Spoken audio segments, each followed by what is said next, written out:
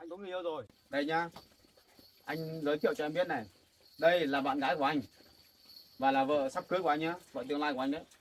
Thế anh nhìn người yêu để gì? Chọn người yêu để gì? Đây là việc của anh, liên quan đến em nhá. Còn em ấy, tự dưng lại không quen biết gì đến tận nhà anh đây. Đi về đi nhanh. Không, em về đâu? Có đi về không? Không. Không về à? Em ở đây chờ đánh đuổi cô này đi. Nào đi về. Không. Đi về.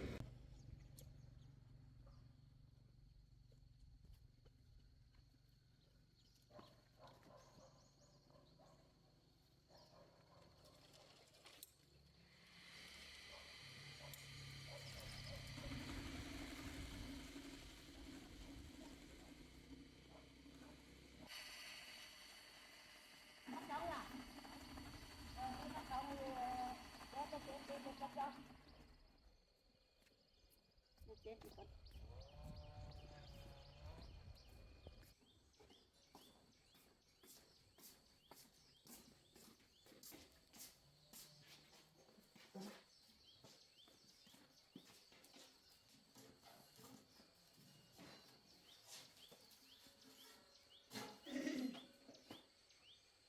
Cũng là 2 cân. Tính cũng như hôm nọ cân 5.000. 12 cân, 12 cân giá 5.000 là 5.000 một cân là 60.000. Cô chị nhé. Hôm nào bán lại về mua nhé. Có nhiều, có nhiều.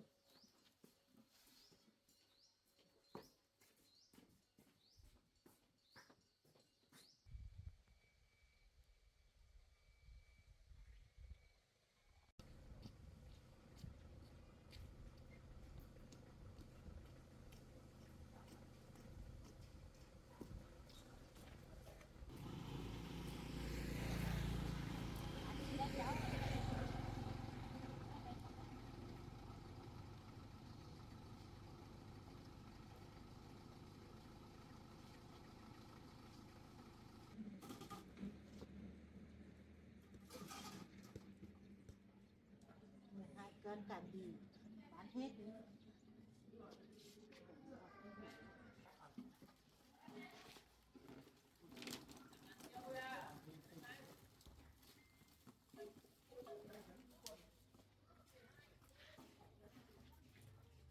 Bao nhiêu một cân?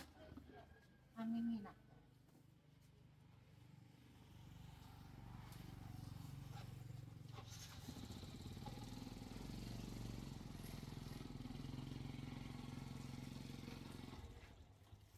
Nó có lại lấy về cho nhá.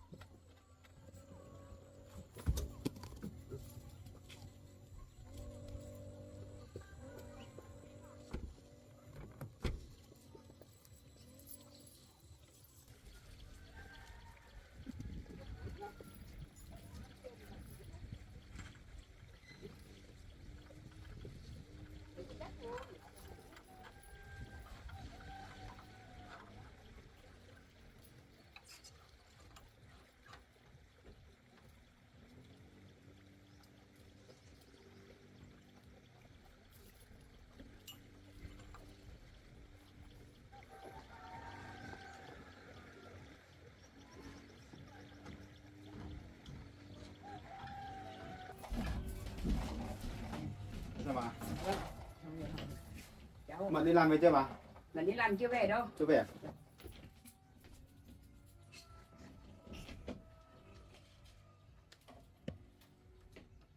Một mình ở trong này chơi à? Chụp thương tí nào. Bế một tí nào. Con muốn cầm chìa khóa xe gì đây này, chị có cầm nhá. Nào, cầm đi. Ở đây nghỉ nhá. Bà đã nấu cơm chưa? Chưa nấu, chưa nấu đâu. Chưa nấu à? Trong bé cái quỵ lắm, không chơi, không nấu được cơm ăn đâu. Nhưng mà nấu nồi cơm điện thì bà không biết nấu đâu. Bà nấu cho. Bà cho con bé nhá. Lên giường nhá. Bà cho cháu nhá. Cẩn thận cháu lại.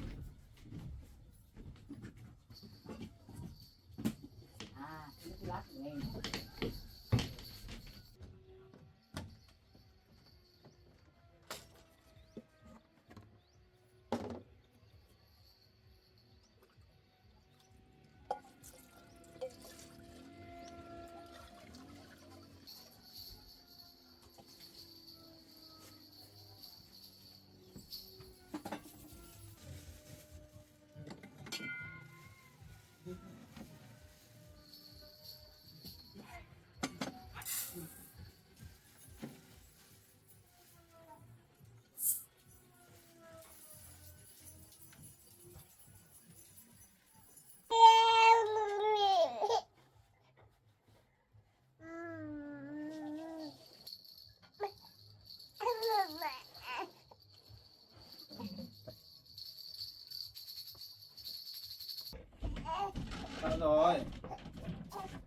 chú một tí nhá. Cắm cơm đi nhá.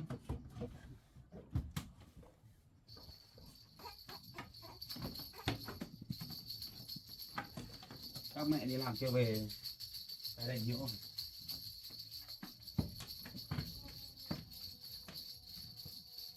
Chờ tí nhá.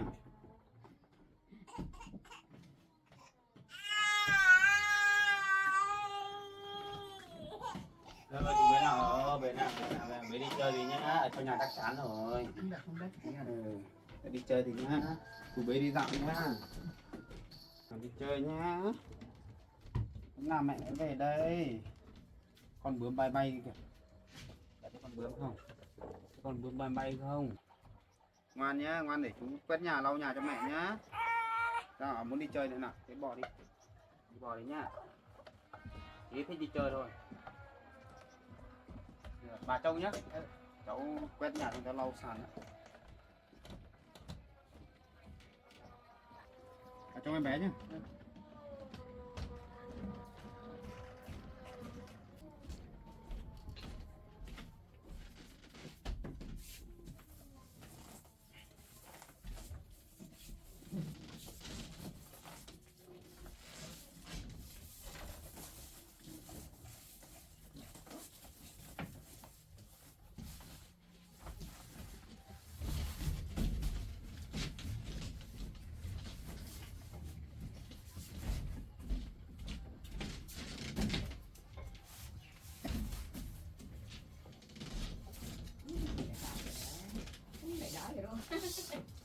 Em bé tay quần à bà? Em bé tay quần à? Vâng, để cháu lấy quần cho bà thay.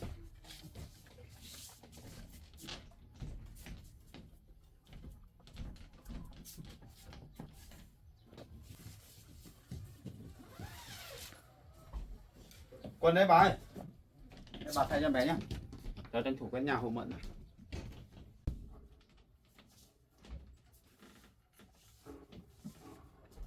Bụi nhá, con nhá, bụi nhá. Quen một tí đây. Thấy quần cho nuôi nó khóc rồi. Rồi. Đây, để chú mặc cho nhá, để chú mặc cho. Rồi. Ngoan nhá. Đây. Đứng dậy đi. Đấy, ngoan đi nhá. Bà xỏ từng chân vào. Úi giời. Rồi. À, chú thương nào. Thương nào. Thương nào. Xem con bò nhá. Xem con bò ở đâu nhá. Ngoan nhá, con đừng khóc nhá. Ngoan để chú nấu cơm. Dọn nhà chờ mẹ về nhá. Đi bà bế đi. Đi bà chơi nhá. Để chú quét nhà nhá. Để bà trông nhá. Chắc không khóc nữa đâu.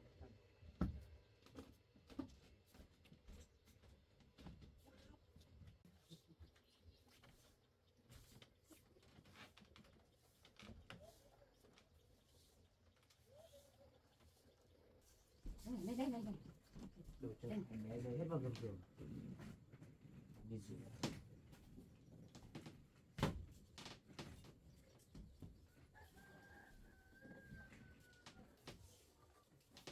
Đâu?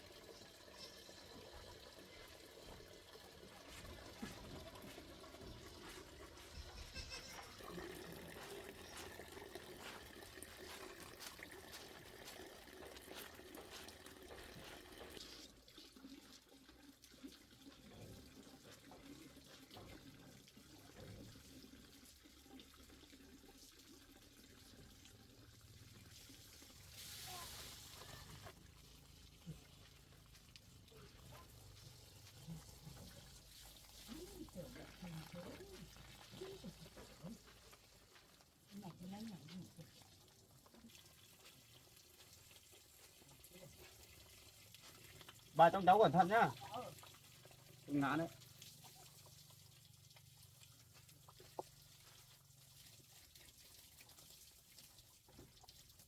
Nước này phải có thế.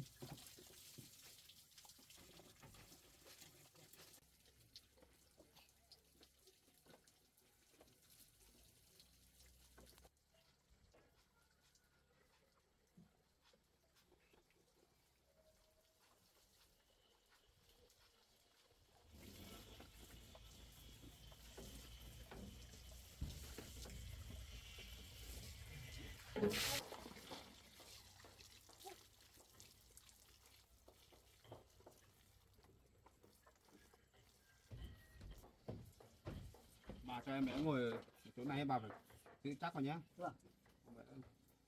Rời ra ngoài này. Tránh nhá để chú đi ra ngoài nhá, làm cái dàn áo cho mẹ nhá. Ngồi đây nhá. Ngoan nhá. Bà trông cẩn thận nhá.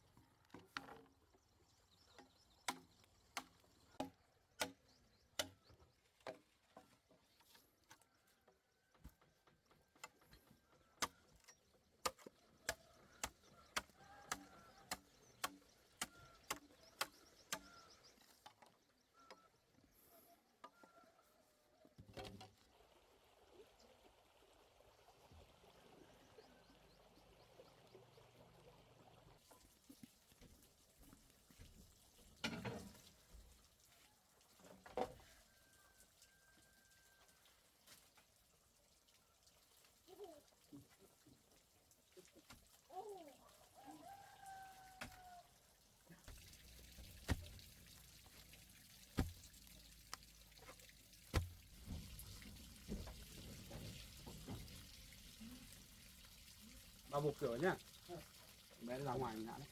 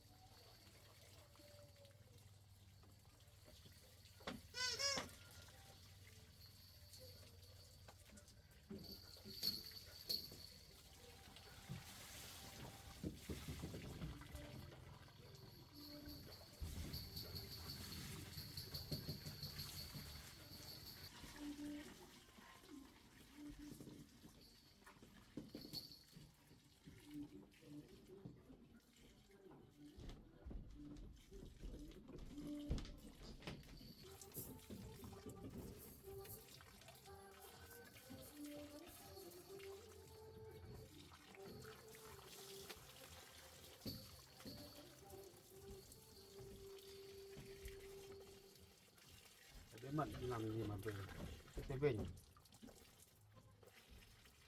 Muộn lắm rồi.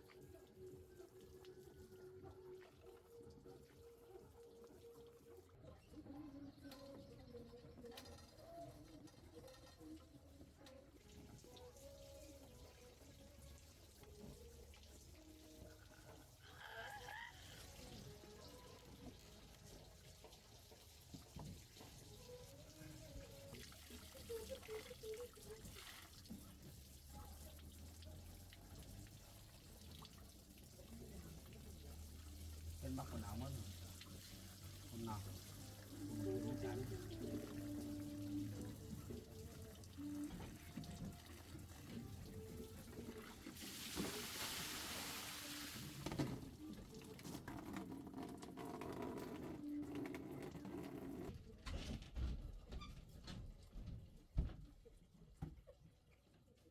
cơm chín.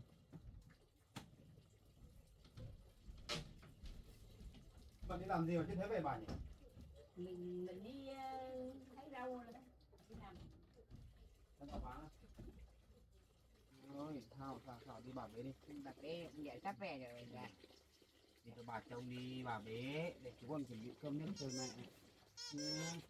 Không hư nhá, chú làm xong việc rồi. Đi bà đi. Bà bế nhá. Đi hái rau, cơm nước cho mẹ. Bà bế cháu trong nhà nghỉ chơi. Bà bế ở trong nhà bà ơi.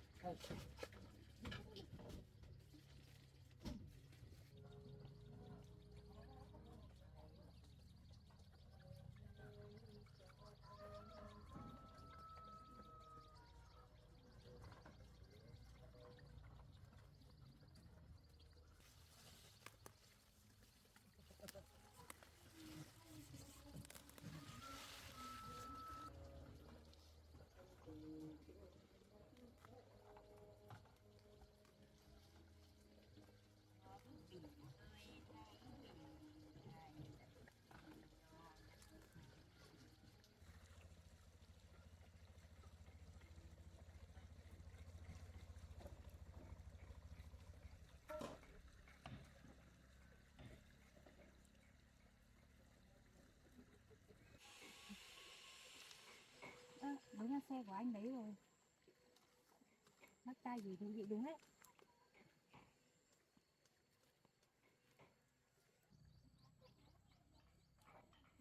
Xe của anh ở đây. Chắc nhà người ở gần đây thôi. Công nhận. Anh giàu thật đấy. Vừa đẹp trai luôn. Cánh đồng này có một căn nhà. Chắc nhà như anh lấy ở trong đấy đấy. Mình phải vào xem.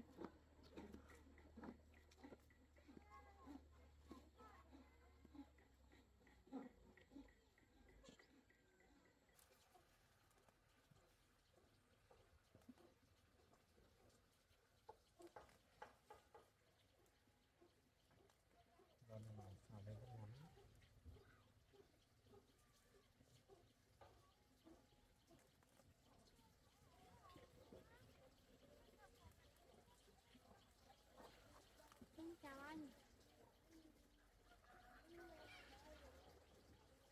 Em đâu á? Sao em biết đường lên chỗ anh đấy? Em hỏi bố anh gửi giấy cho em. Lại nghe lời bố anh à? Vâng, Em lên đây làm gì? em đang tìm anh về. Anh với em có quen biết gì nhau đâu mà lên đây tìm anh làm gì? Bố anh bảo em lên mà. Giữa anh và em ấy chẳng có kỷ niệm hay chẳng có gì quen biết gì cả. Em đi về đi. Không, em không về đâu. Bố anh bảo em lên đây, bảo anh với em đi hẹn hò. Thôi, em đừng có mà mơ tưởng nữa. Em đi về đi. Không, Đừng để làm phiền anh. Tí nữa người yêu anh về lại hiểu lầm đấy. không, Đi về em đi. không về đâu. Đừng ở đây nữa, đi về đi. Không, em không về.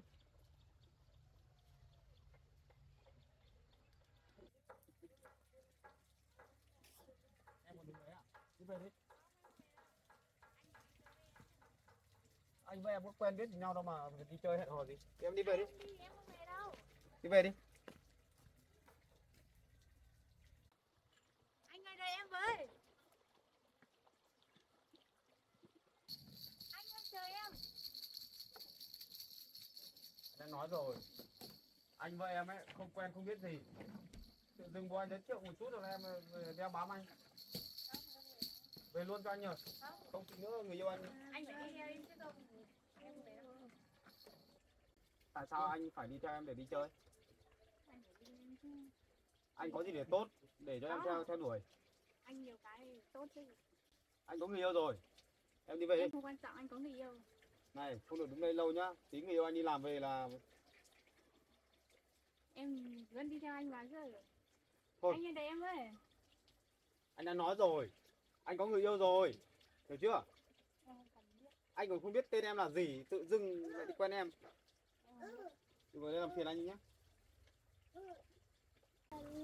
Nào em đi về đi. Không, anh mình quen tí. Không làm quen gì hết. Anh không thích quen người khác nữa đâu. Không, sao? Anh nói rồi anh có người yêu, em đi về đi. Mình nói chuyện một tí không quen thôi. Sao em bướng đấy?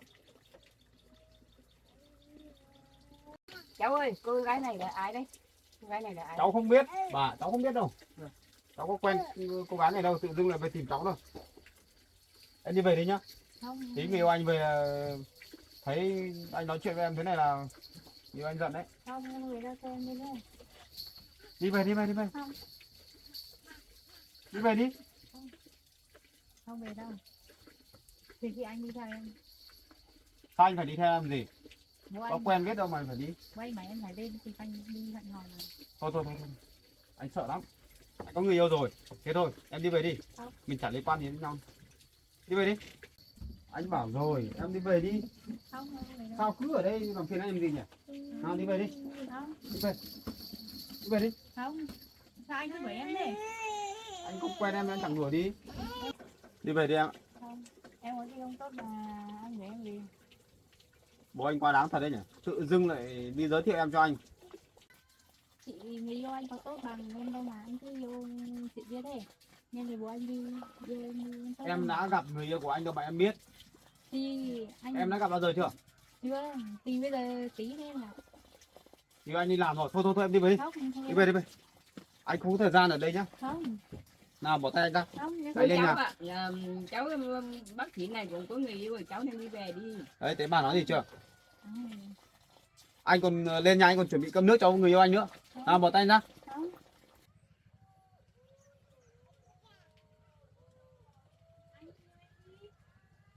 Anh bảo rồi, anh với em không quen nhau, không quen biết gì cả. Đừng có làm phiền anh nữa, đi về đi. Tí người yêu anh về mà gặp. Đi về đi. Bỏ tay anh ra. Đi về. Sao tự dưng anh nắm tay anh làm gì? Bỏ ra. Không, bỏ tay ra. em không về đâu em thích anh cơ Bao nhiêu người cũng thích tự dưng anh thích anh.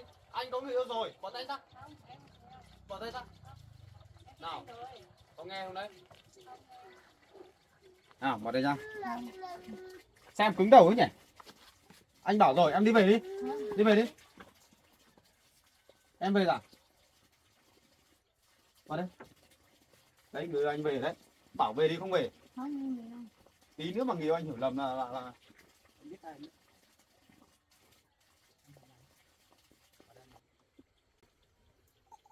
Cô gái kia anh không quen đâu. Tự dưng lại tìm anh. Em lên đây anh giải thích coi.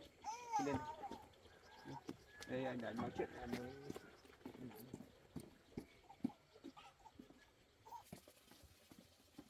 Đây nhá. Anh giới thiệu cho em biết này. Đây là bạn gái của anh. Và là vợ sắp cưới của anh nhá. Vợ tương lai của anh đấy. Rõ chưa? Đi về đi. không nhìn chị này tâm xấu thế này làm gì nghĩ anh à Nói gì đấy? không Anh cấm em xúc phạm bạn gái anh nhá. bạn ấy có gì tốt Người yêu của anh tự hiểu. Em không liên quan đến anh. Em đi về. Thế thôi. em không về người yêu của anh nhé vừa xấu xí vừa nhà quê nhìn cách anh mặc này xấu lắm Thế em xinh lắm à? em Đi về biết ngay. hơn mà Đi về. không Cấm em xúc phạm bạn gái anh nhé. em không về Đi về. thế anh nhìn sao yêu nữa Đi về nhanh không anh đánh nhau đấy. yêu em đi Nhanh lên. Đi về. không em không về Đi về. không Thôi em ạ mình lên nhà đi. em lên với Mặc kệ cho cô này đây. Lên nhà đi. cho em lên với Đi về nhá. bố anh là đúng nhỉ người yêu anh vừa câm vừa có con riêng thế là chả biết anh nhìn người yêu để gì nữa. Dọn người yêu để gì Đây là việc của anh, liên quan đến em nhá. Còn em ấy, tự dưng lại không quen biết gì đến tận nhà anh đây. Đi về đi nhanh. không em về đâu Có đi về không? Không. Không về à? Em ở đây chờ đánh đuổi cô này đi. Nào, đi về. không Đi về. Đi về. Nào, đi ra khỏi nhà anh lên. Không nói nhiều. Không liên quan, không quen biết nhá. Em không về đâu. Đi về. Không, Đi về. nhất định anh nhất thuộc với em mà. Cứ đấy mà chờ nhá, đấy mà mơ nhá. Thì khóa đâu nhỉ? Thôi đi về đi. Đi về. Tính thế mà anh không yêu em à? Sinh thì đi ra ngoài yêu người khác nhá. Anh đây không cần người sinh. Biết chưa? Đi về. Không, em nhất định không từ bỏ anh đâu. Đấy là việc của em. Cứ đi về đi nhanh. Đừng ở đây làm phiền nhiều nhá. Em không về đâu. Đi về. Kia, chị ông xứng đáng với anh đấy đâu. Nhất định em sẽ quay lại tìm đấy. Em không bỏ cuộc đâu. Em sẽ quay lại cướp người yêu của chị. Còn ở đấy mà dài dòng. Đi về. Đi về nhanh đi. Anh cứ chờ em nhá. Không ai chờ hết. Đi về, không quen biết nhá. Vơ vẩn. Đi về nhanh nhanh nhá. Cấm quay lại đấy.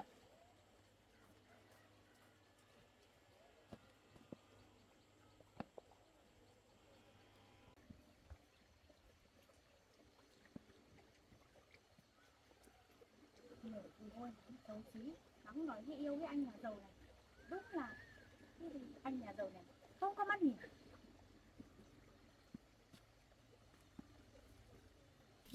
Bực mình thật đấy. Tự dưng ở đâu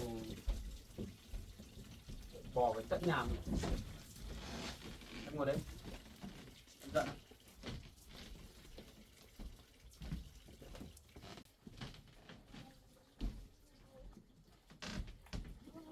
Giận. Phải cắt em nữa. Ngồi đây ngồi đây. Giận đảo.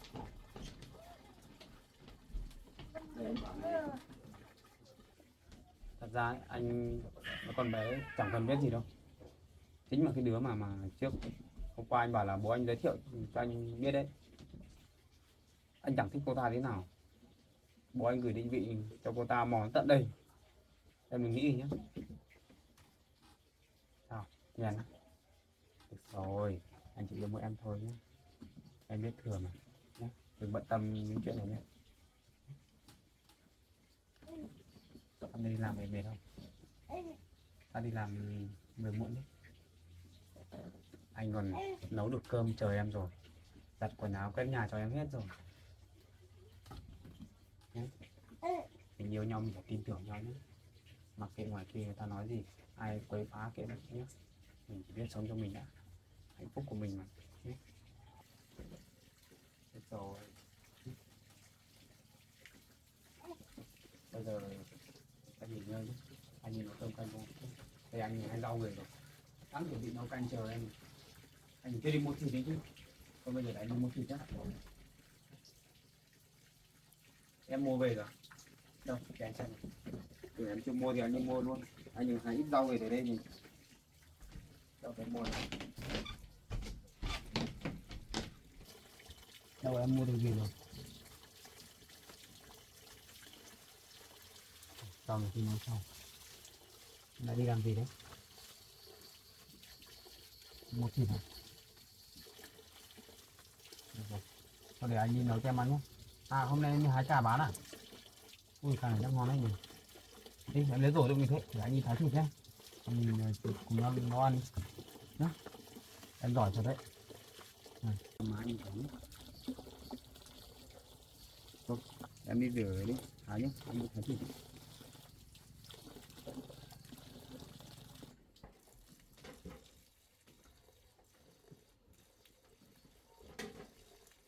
Em rửa cà đi. Rửa xong chưa? Rửa xong thì em nhóm lửa đi. Không? À áo quà nhé. Đi ra đây. Hôm nay đi làm bị dính cái lấy cái đâu. Đi làm việc thì bị dính. Đây là làm màu. Cái này ấy, hôm nay anh đi anh lấy thuốc anh bôi cho một đứa nhỏ ấy, con bé nó bị thủy đậu. Thế anh lấy thuốc tím anh bôi. Hôm nay rơi vào. Thì anh đi vào nắm lửa đi. Bạn thắt thịt.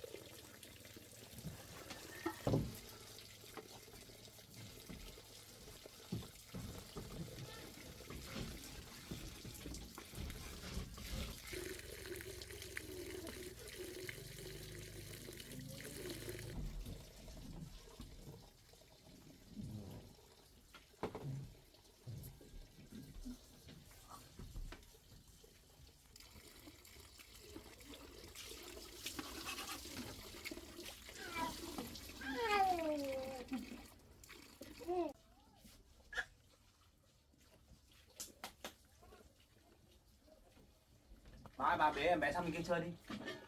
Cháu ngon á. Em đi rửa nồi Luca.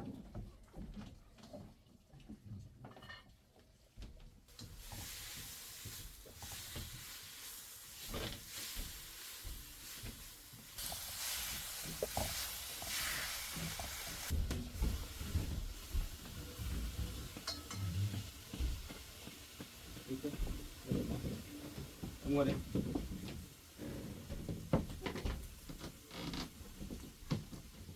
Bà cho em bé cẩn thận nhá.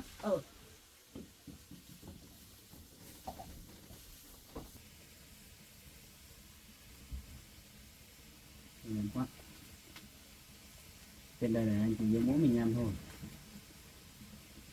Bố anh quá đáng thật đấy. Tự dưng lại đi gọi cái cháu này, cái em này ấy, về đây tìm anh chứ.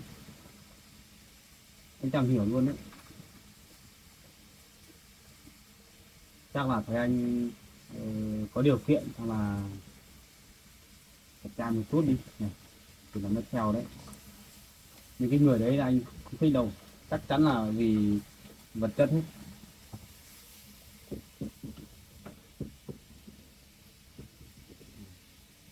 Xinh đẹp quan trọng của anh ấy, riêng xinh đẹp anh không cần đâu, anh chỉ cần người tốt, lương thiện, chăm chỉ như em thôi.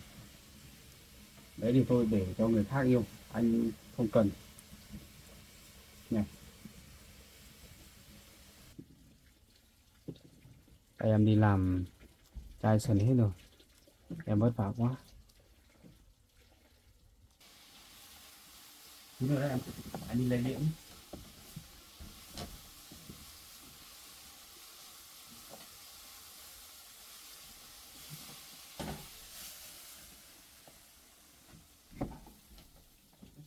Để xong đến. Em cho vào điếm.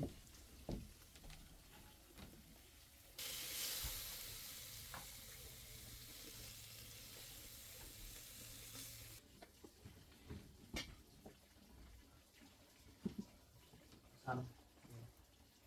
Lấy chảo cho anh đi rửa đi. Để sạch sẽ xong là mình để cái cao phơi khoáng đi.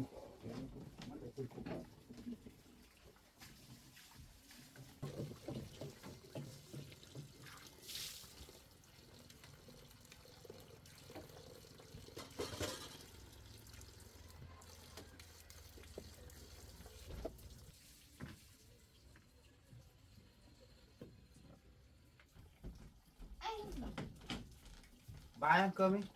Em ơi, ăn cơm. Em đi lấy nồi ăn cơm.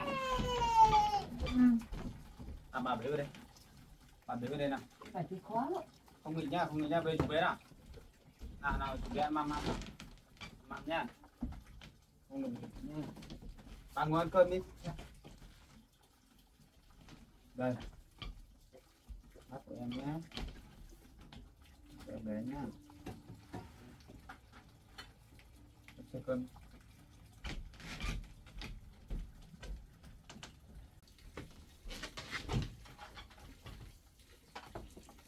Vui mà.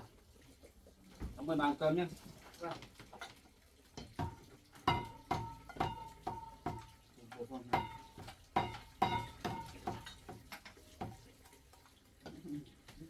Ăn cơm rồi. Mình khoan cái cơm hồi mà ăn cháo nhỉ. Măm măm măm. Măm măm măm. Ăn cơm. Thôi để anh bế, anh chị ăn cơm. Cảm ơn bà nhé. Mà hay chén cơm. Vâng. Nào, măm này. Măm tiếp nhé, người, măm tiếp nhé. Thì chú ăn sau nhé. Còn ăn trước nhé. Ăn thịt đã này này. Cái thịt cho ăn này. Rồi.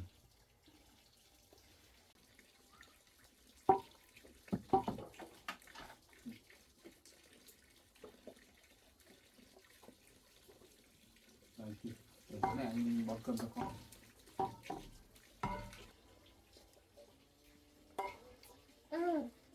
Măm đi. Măm này. Măm đi. Mồm.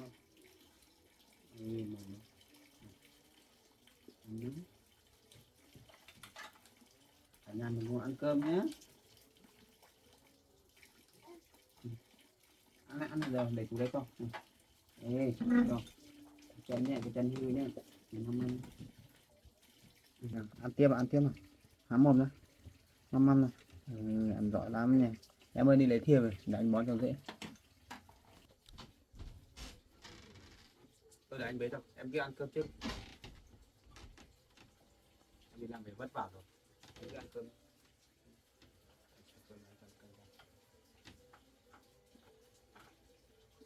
Măm nhá.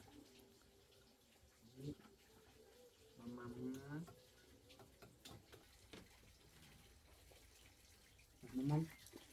Măm. Chiều chú đi làm về chú mua hoa quả cho con ăn nhá. Mua hoa quả cho con ăn nhá. Vừa cơm vừa ăn hoa quả nhá. Em ăn cơm đi. Bà ăn đi nhá. Ăn xong rồi tí nữa nghỉ ngơi xong rồi chiều anh còn đi làm tiếp. Chiều nay chắc phải về muộn đấy. Ăn thêm. Ăn giỏi quá này. Đấy. Em ăn thịt đi. Sao phải ăn đi, ăn nhiều vào. Bà ơi, bà ăn thịt đi. Ăn nhiều cho khỏe bà nhá. Ăn tiếp nhá. Thôi để anh bế em cứ ăn. Để anh ăn xong đi. Ăn giỏi quá nhỉ. Ăn mau chóng lớn nhá. Cơm ăn một chút rồi nhỉ. Cái chân nha, cái chân hư nhá. Chân cắt bị thế này nhá, giống nhá.